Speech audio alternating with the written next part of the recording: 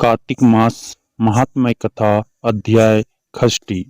खष्ट नारद जी बोले, जब 2 घड़ी रात बाकी रहे तब तुलसी की मृतिका वस्त्र और कलश लेकर जलाशय पर जाए।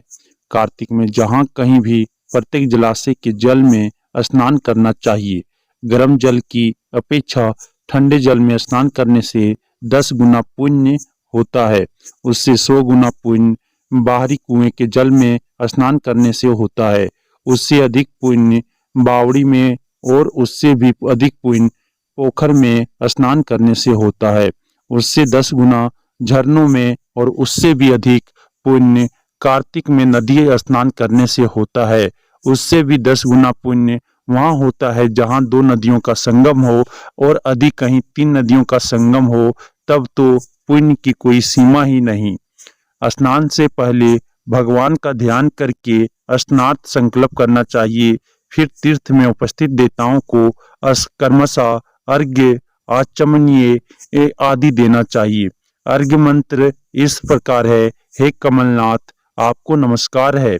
ए जलछाई, आप भगवान, आपको प्रणाम है। ए ऋषिकेश, आपको नमस्कार है। मेरे दिए अर्घ्य को आप ग्रहण करें। बैंकुट, प्रयाग तथा बद्रिका आश्रम में जहाँ कहीं भगवान विष्णु गए वहाँ उन्होंने 3 प्रकार से अपना पांव रखा था। वहाँ पर ऋषि, वेद, यज्ञों सहित सभी देवता मेरी रक्षा करते रहे। हे जनार्दन, हे दामोदर, हे देवेश, आपको प्रसन्न करने हेतु मैं कार्तिक मास में विधि विधान से ब्रह्म मुहूर्त में स्नान कर रहा हूँ। आपकी कृपा से मेरे सभी पापों का नाश हो। हे प्रभु, कार्तिक मास में व्रत तथा विधि पूर्वक स्नान करने वाला मैं अर्घ्य देता हूँ। आप राधिका सहित ग्रहण करें। हे कृष्ण, हे बलशाली राक्षसों का संहार करने वाले भगवान, हे पापों का नाश करने वाले, कार्तिक मास में प्रतिदिन दिए हुए मेरे इस अर्घ्य द्वारा कार्तिक स्नान का व्रत करने वाला फल मुझे प्राप्त हो। तत्पश्चात विष्णु, शिव तथा सूर्य का ध्यान करके जल में प्रवेश कर नाभि के बराबर जल में खड़े होकर विधि पूर्वक स्नान करना चाहिए। गृहस्थी को तिल और आंवले का चूर्ण लगाकर तथा विधवा स्त्री और यति को तुलसी की जड़ की मिट्टी लगाकर स्नान करना चाहिए।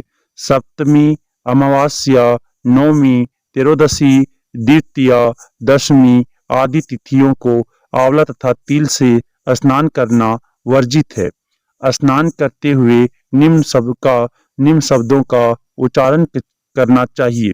जिस भक्ति भाव से भगवान ने देवताओं के कार्य के लिए 3 प्रकार का रूप धारण किया था, वही पापों का नाश करने वाले भगवान विष्णु अपनी कृपा से मुझे पवित्र बनाए। जो अमनुष्य भगवान विष्णु की आज्ञा से कार्तिक व्रत करता है, उसकी इंद्र आदि सभी देवता रक्षा करते हैं। इसलिए वह मुझको पवित्र करें। बीजों, रहस्यों तथा यज्ञों सहित वेदों के मंत्र, कश्यप आदि ऋषि, इंद्र आदि देवता मुझे पवित्र करें। अदिति आदि सभी नारियां, यज्ञ, सिद्ध, सर्प और समस्त औषधियां और 3 लोकों के पहाड़ मुझे पवित्र करें। इस प्रकार कहकर स्नान करने के बाद मनुष्य को हाथ में पवित्र धारण करके देवता, ऋषि, मनुष्यों तथा पितरों का विधि पूर्वक तर्पण करना चाहिए। तर्पण करते समय तर्पण में जितने तिल रहते हैं उतने वर्ष पर्यंत वर्ती के पितृगण स्वर्ग में वास करते हैं। उसके बाद वर्ती को जल से निकलकर शुद्ध वस्त्र धारण करने चाहिए। सभी तीर्थों के सारे कार्यों से निवृत्त होकर पुनः भगवान विष्णु का पूजन करना चाहिए। सभी तीर्थों के सारे देवताओं का स्मरण करके भक्ति पूर्वक सावधान होकर चंदन, फूल और फलों के साथ भगवान विष्णु को फिर से अर्घ्य देना चाहिए। अर्घ्य के मंत्र का अर्थ इस प्रकार है: मैंने पवित्र कार्तिक मास में स्नान किया है। हे विष्णु, राधा के साथ आप मेरे दिए अर्घ्य को ग्रहण करें। तत्पश्चात चंदन, फूल और तांबूल आदि से वेद पाठी ब्राह्मणों का श्रद्धापूर्वक पूजन करें और बारंबार नमस्कार करें। ब्राह्मणों के दाएं पांव में तीर्थों का वास होता है, मुंह में वेद और समस्त अंगों में देवताओं का वास होता है। अपने कल्याण की इच्छा रखने वाले मनुष्य को इनका ना तो अपमान करना चाहिए और ना ही इनका विरोध करना चाहिए। फिर एकाग्रचित्त होकर भगवान विष्णु की प्रिय तुलसी जी की पूजा करनी चाहिए।